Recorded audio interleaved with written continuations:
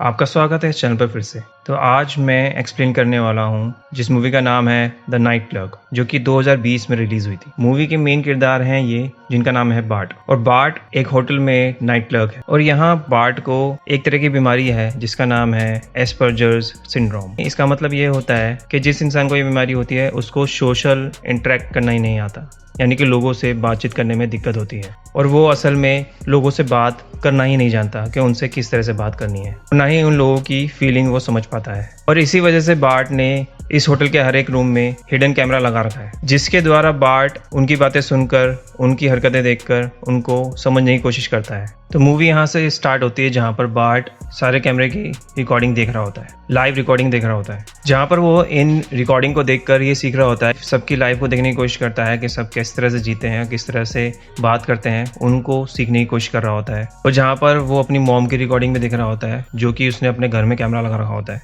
तभी उसको सुनाई देता है उसकी मॉम के थ्रू कि डिनर तैयार हो गया है। बार्ट एक बेसमेंट रूम में रहता है जहाँ पर वो अपनी मॉम के साथ ना रह के एक बेसमेंट रूम में रहता है और उनको वहीं से कैमरे के थ्रू देखता है, जहाँ पर उसकी मॉम बोलती है कि डिनर तैयार हो गया है और सीढ़ियों में जाकर उसका डिनर रख देती है और वापस अपने टेबल पे आके खाना खाना शुरू कर देती है। जब उसकी मॉम खाना खाना शुरू करती है तो बार्ट उनको देखकर उनकी नकल करता है, यानी कि उनसे सीखने की कोशिश करता है कि खाना किस तरह से खाया जाता है और उनको ऑब्जर्व करता है। इस रात के गुजरने के बाद सुबह होते ही बार्ट होटल के लिए निकलता है अपनी कार के थ्रू, और जहाँ पर उसकी मॉम उसको विंडो से दिख रही होती है जाते हुए। जब वो अपनी कार पार्क करता है तो रास्ते में उसको अपना बॉस मिलता है, जहाँ पर ये पता लगता है कि बार्ट को असल में किसी से भी बात करने में दिक्कत होती है। ये कन्वर्सेशन काफी अजीब दिखाई जाती है। उसी के बाद बार्ट को रिसेप्शन में बैठा हुआ दिखाया जाता है, जहाँ बार्ट अपना टाइम पास कर रहा होता है, क्योंकि उसके पास करने के लिए कुछ भी नहीं होता और वो इधर उधर घूमकर अपना टाइम पास कर रहा होता है। जैसे कि इस होटल में कोई भी चेक इन नहीं हुआ होता और होटल बिल्कुल खाली होता है। बीच में जहां बार्ट एक मैगजीन पढ़ने की भी कोशिश करता है। जहां उसी रात दिखाया जाता है होटल में एक लेडी चेक इन करती है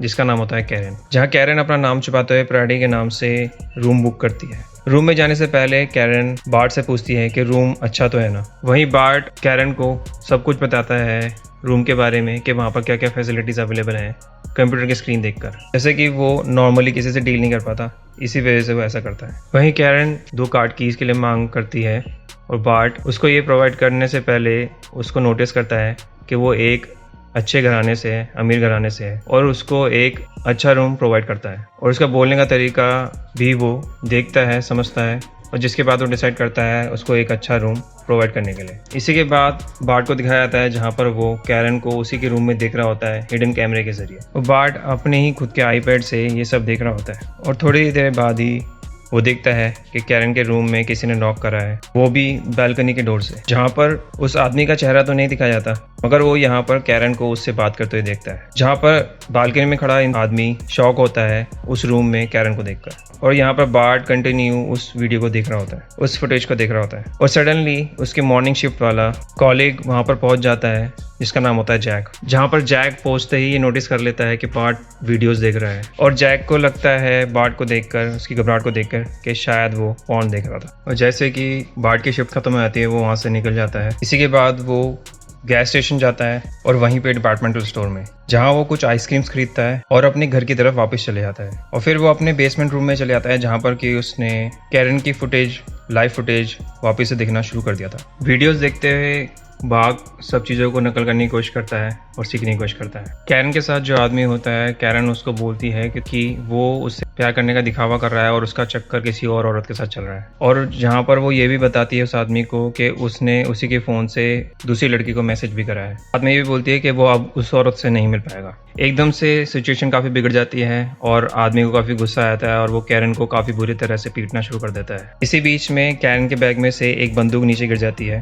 जहाँ पर बार्ट ये सब चीज़ें देख रहा होता है और उस गन को देख के वो काफ़ी घबरा जाता है। उसी टाइम बार्ट होटल में रुके उस कलीग को फ़ोन करता है, मगर वो कुछ भी बोल नहीं पाता क्योंकि उसको बहुत ज़्यादा घबराहट हो जाती है। उसके पास कोई ऑप्शन नहीं होता, तो वो जल्दी से घर से निकलकर होटल की तरफ जाता है अपने कार के थ्रू। उसको जल्द से जल्द उस होटल के रूम में पहुंचना होता है। इसकी वजह से वो अपनी कार को होटल के साइड में ही पार्क कर देता है और जल्दी से भागकर उस रूम की तरफ चले जाता है। उसी टाइम जैक थोड़ी देर के लिए बाहर आया होता है होटल से और वो यहाँ पर नोटिस करता है कि बार्ट की कार साइड में पार्क हो रखी है। तो इससे वो एज्यूम करता है कि बार्ट शायद अभी तक अपने घर नहीं गया है। जहाँ पर जैक को एकदम से बंदूक चलने की आवाज आती है और वो होटल के रूम की तरफ निकल पड़ता है और वहीं जैक को दिखता है कि बार्ट उस रूम में बैठा हुआ है बेड पर और कैरन की डेड बॉडी फ्लोर पर पड़ी होती है। जैक इस चीज को देख के घबरा जाता है और बार्ट को बोलता है कि किसी भी चीज को मत छूना और बाहर निकलकर वो पुलिस को बुलाने की कोशिश करता है 911 डायल करके। और वहीं बार्ट खून को देखकर उसको इग्नोर नहीं कर पाता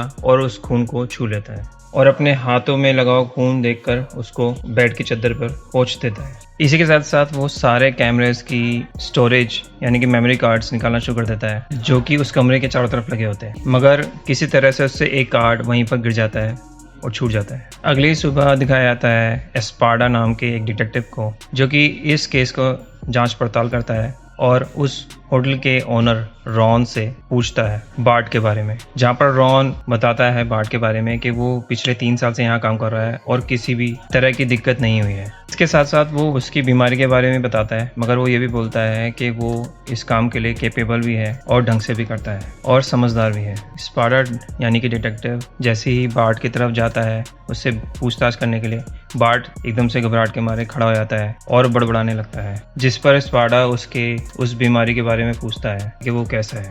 जहाँ पर बार्ट उसको बताता है कि वो अपने घर की तरफ निकला था जहाँ पर बीच में उसने कुछ आइसक्रीम्स भी खरीदी थी और फिर वो वापस इस होटल में आ गया था क्योंकि उसको लगा था कि शायद उसने अपना वॉलेट यहाँ पर छोड़ दिया है। इसी चीज़ पर डिटेक्टिव को शक होता है और वो बार्ट से पूछता है उसने आइसक्रीम कैसे खरीदी जबकि वो अपना वॉलेट यहाँ पर भूल चुका था, और इस बारी बार्ट के पास कोई भी जवाब नहीं होता। इसके बाद बार्ट को पुलिस स्टेशन में दिखाया जाता है और स्पाडा कैरन के हस्बैंड के पास जाता है पूछताछ करने के लिए। यहाँ पर कैरन का हस्बैंड स्पाडा से भी पूछता है क्या बार्ट को कुछ पता है इस खून के बारे में, और साथ साथ में वो ये भी रिवील करता है कि कैरन अपने साथ एक बंदूक लेके रहती थी। और जब उसको ये पता लगता है कि उसकी बीवी एक होटल में थी, इसी चीज़ को लेकर वो अपने आप से बड़बड़ाता है कि वो वहाँ क्या कर रही थी। और दूसरी तरफ बार्ट की मॉम को दिखाया जाता है पुलिस स्टेशन में, जहाँ पर वो स्पाडा से मिलकर उस पर गुस्सा करती है कि तुम उसको यहाँ पर कैसे लाए, उसके हालात के बारे में पता होते सोते भी। और उसी के बाद बार्ट की मॉम बार्ट से पूछती है कि अगर उसको कुछ भी पता है इसके बारे में तो वो उनको सब कुछ बता दे और वो उसके साथ है और उसको सपोर्ट करेंगी। इसी के बाद बार्ट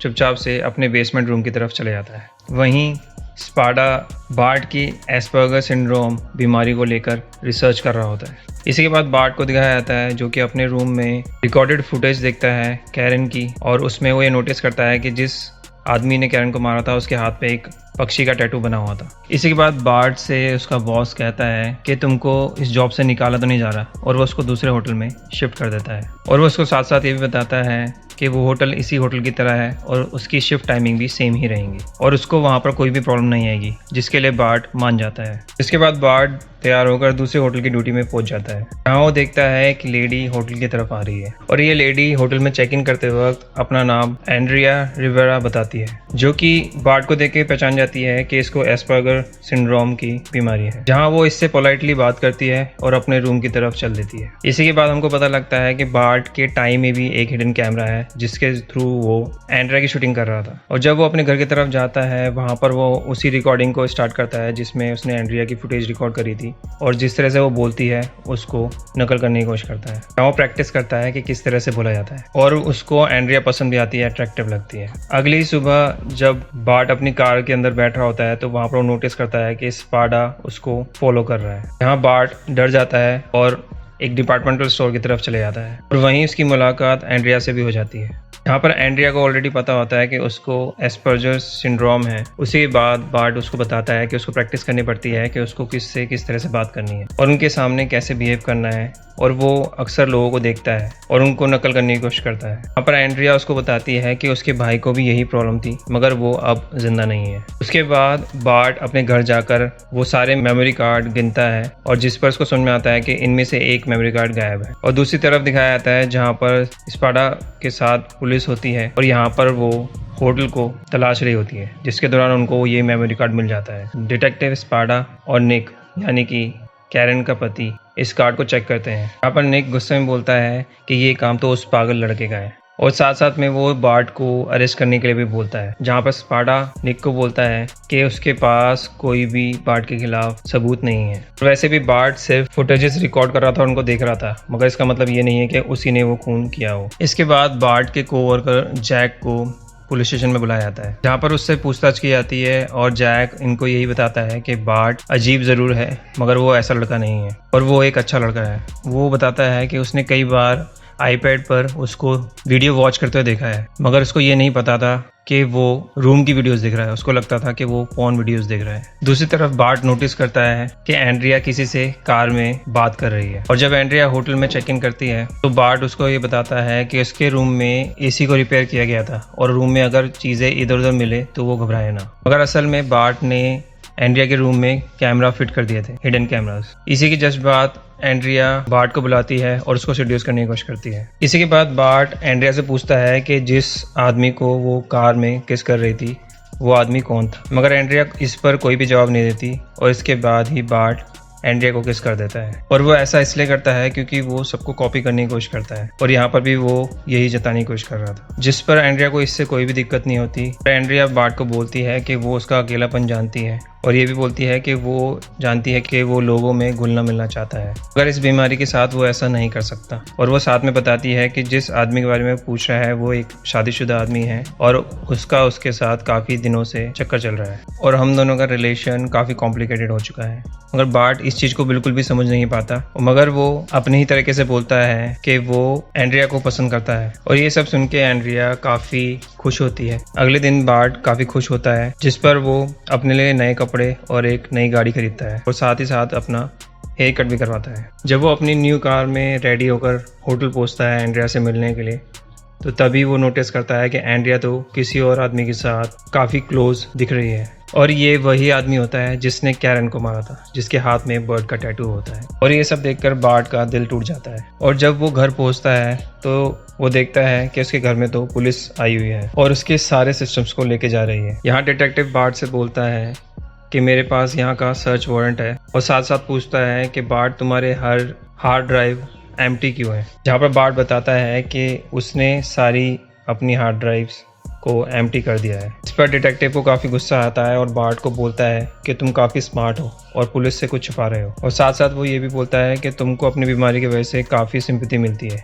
मगर क्राइम ही होता है और वो उससे कुछ भी नहीं छुपा सकता क्योंकि उसके फिंगरप्रिंट्स यानी कि बार्ट के फिंगरप्रिंट्स उस रूम में मिले हैं। इस पर बार्ट को गुस्सा आता है और वो ये बोलता है कि उस लेडी को तो वो जानता भी नहीं था और उस लेडी को तो गन से शूट करा गया था और उसके पास तो कोई गन है भी नहीं। जिस चीज़ को सुनने के बाद स्पाडा बार्ट की बातों से कन्विंस नहीं होता और वहाँ से चले जाता है, जिसके बाद बार्ट एक सीक्रेट जगह से सारी हार्ड ड्राइव्स निकालता है और इसी हार्ड ड्राइव में उसका सारा डाटा मौजूद होता है, जिसके जरिए पता लगता है कि बार्ट काफ़ी चालाक होता है। जहाँ पर यह भी जताने की कोशिश करी जाती है कि बार्ट बीमारी की वजह से सोशल इंटरेक्ट नहीं कर पाता, मगर वो दिमाग से काफ़ी तेज है। फिर बार्ट होटल की लाइव फुटेज देखता है जहाँ पर वो ये नोटिस करता है कि एंड्रिया अभी भी उस आदमी के साथ काफ़ी क्लोज है और उसके साथ लगी हुई है। ये सब देखकर बार्ट को अच्छा नहीं लगता और वो काफ़ी ज़्यादा उदास हो जाता है। इसके बाद उसकी मॉम उसके पास आती है और उसको समझाने की कोशिश करती है, जिसके बाद वो खाना खाने के लिए मान जाता है। इसके बाद बार्ट अपनी मॉम को अपने तरीके से कन्विंस करता है कि वो बिल्कुल ठीक है। उसके बाद डिटेक्टिव निक को दिखाया जाता है और वो भी एंड्रिया के साथ। यहाँ पर दिखाया जाता है कि एंड्रिया के साथ निक का अफेयर चल रहा है और यहाँ पर निक एंड्रिया से भी बोलता है कि वो उससे प्यार करता है और उसको ये भी पता है कि एंड्रिया भी उससे प्यार करती है, तो उसको उसके लिए एक काम करना पड़ेगा। अगले ही दिन एंड्रिया बार्ट के घर जाती है और बार्ट की मदर से मिलती है। यहाँ पर बार्ट की मॉम एंड्रिया को ये बताती है कि अब वो होटल में काम नहीं करता, उसने छोड़ दिया है। तभी एंड्रिया बार्ट से मिलने का नया बहाना मार देती है और जिसके बाद जब वो बार्ट से मिलती है तो बार्ट उसको बोलता है कि उसका दिल टूटा हुआ है और प्यार एक ड्रग्स की तरह होता है, अगर उसको लेते रहो तो सब ठीक होता है और बीच में बंद कर दो तो काफ़ी तकलीफ होती है। यहाँ पर एंड्रिया उसको बोलती है कि वो एक अच्छा लड़का है, मगर उसकी कंडीशन अभी काफ़ी कॉम्प्लिकेटेड है और अगर वो पहले से किसी से प्यार नहीं करती तो वो बार्ट को जरूर पसंद करती। और ये चीज़ बोलकर एंड्रिया वहाँ से चली जाती है। इसी दौरान स्पार्टा को दिखाया जाता है जहाँ पर वो यहाँ का सारा नज़ारा देख रहा होता है और यहाँ पर स्पाई कर रहा होता है, और इसके ज़रिए वो एंड्रिया को भी वहाँ पर नोटिस कर लेता है, जिसके बाद वो उसके ऊपर R&D करना शुरू कर देता है और उसकी सारी डिटेल्स निकाल लेता है। इसी के बाद एंड्रिया जब अपने होटल से चेकआउट करने की कोशिश कर रही थी, इसी दौरान निक से उसकी फाइट हो जाती है और यही चीज़ बार्ट भी देख रहा होता है लाइव फुटेज में, जिस चीज़ को देख के वो काफ़ी घबरा जाता है क्योंकि ऐसी ही फाइट कैरन के साथ भी हुई थी। तो जल्दी से अपनी कार निकालकर होटल की तरफ निकलता है और जब वो एंड्रिया के रूम में पहुंचता है तो यहाँ पर उसको निक और एंड्रिया दोनों ही मिलते हैं और निक बार्ट को देख के यहाँ से निकल जाता है, जहाँ पर एंड्रिया बार्ट से पूछती है कि तुम यहाँ पर क्यों आए हो। पर बार्ट उसको बताता है कि उसने उस आदमी को एंड्रिया को पीटते हुए देखा था, तो इसलिए उसको बचाने के लिए यहाँ पर आ गया। और वो फिर यहाँ पर हिडन कैमरास लगे हुए एंड्रिया को दिखाता है। इस पर एंड्रिया काफ़ी गुस्सा होती है और बार्ट पर भड़कती है, जिस पर बार्ट उसको बोलता है कि वो उसको कुछ दिखाना चाहता है। और फिर बार्ट उसको कैरन की फुटेज दिखाता है जहाँ पर निक उससे मिलने आया था और उस रात कैरन कैसे मारी गई, जहाँ पता लगता है कि कैरन को निक ने ही मारा था। यहाँ पर कैरन को निक और एंड्रिया के लव अफेयर के बारे में पता लग जाता है। फिर एंड्रिया बार्ट से पूछती है कि क्या तुमने इस फुटेज को पुलिस को दिखाया है, जिस पर बार्ट बोलता है कि इसके बारे में सिर्फ हम दोनों को ही पता है और इस वीडियो की सिर्फ एक ही कॉपी है जो कि सिर्फ इस हार्ड डिस्क में ही है। जहाँ पर बार्ट एंड्रिया को ये भी समझाता है कि वो आदमी काफ़ी बुरा है और वो तुमको हर्ट कर सकता है और अगर तुम कहो तो हम पुलिस के पास भी जा सकते हैं, जिस पर एंड्रिया रोने लगती है और बेड पर लेट जाती है, जिस पर बार्ट एंड्रिया की नकल करते हुए खुद भी बेड पर लेट जाता है और वो दोनों सो जाते हैं। जिसके बाद बार्ट जब सुबह उठता है तो ये नोटिस करता है कि उस रूम में वो अकेला ही है और उसकी हार्ड डिस्क भी गायब है, जिसमें कैरन की मर्डर वाली फुटेजेस थी। और वो साथ ही साथ बार्ट के रूम में वो गन भी छोड़ के चली जाती है जिससे कैरन को मारा गया था, यानी कि एंड्रिया ने बार्ट को जाल में फंसा दिया था। और इसके बाद ही दिखाया जाता है जहाँ पर एंड्रिया निक से मिलती है और वो निक को वो हार्ड ड्राइव दे देती है। वहीं डिटेक्टिव स्पार्टा एंड्रिया को फॉलो करते हुए होटल के रूम तक पहुंच जाता है, जहां पर उसको खून से लथपथ एक टॉवल मिलता है और एक कैमरा सिस्टम भी।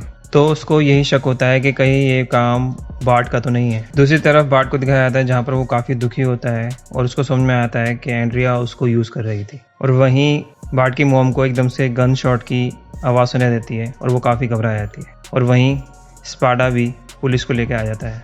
जब पुलिस वाले रूम के अंदर एंटर करते हैं तब उनको वहाँ पर बार्ट तो नहीं मिलता, मगर उनको वहाँ पर एक गन और डिटेक्टिव के लिए एक एनवलप मिल जाता है जिसके अंदर मेमोरी कार्ड्स होते हैं। चेक करने पर पुलिस को पता लग जाता है कि कैरन का मर्डर तो निक ने किया था। और जब एंड्रिया और निक सिटी से बाहर जा रहे होते हैं तभी उनको पीछे से पुलिस के सायरन की आवाज़ सुनाई देती है और इन्हें सुनकर एंड्रिया भी काफ़ी खुश होती है क्योंकि अब तक जो भी चीज़ हो रही थी इससे वो काफ़ी परेशान हो चुकी थी और वो इन सब चीज़ों से छुटकारा पाना चाहती थी। जिसके बाद इन दोनों को अरेस्ट कर लिया जाता है और लास्ट सीन में दिखाया जाता है जहाँ पर बार्ट एक मॉल में दिखाया जाता है जहाँ पर वो प्रैक्टिस कर रहा होता है उन सब सिचुएशंस की जो कि उसने पहले देखी थी। तो यहीं पर मूवी ख़त्म होती है। मैं आशा करता हूँ कि आपको ये स्टोरी पसंद आई होगी और समझ में आई होगी। प्लीज़ इस चैनल को सब्सक्राइब करें ताकि मैं इस तरह की वीडियो और भी ला सकूँ। और आप नीचे कमेंट में भी लिख सकते हैं कि आपको कौन सी मूवी का एक्सप्लेनेशन चाहिए। देखते रहिए इस चैनल को और जुड़े रहिए। Thank you for watching.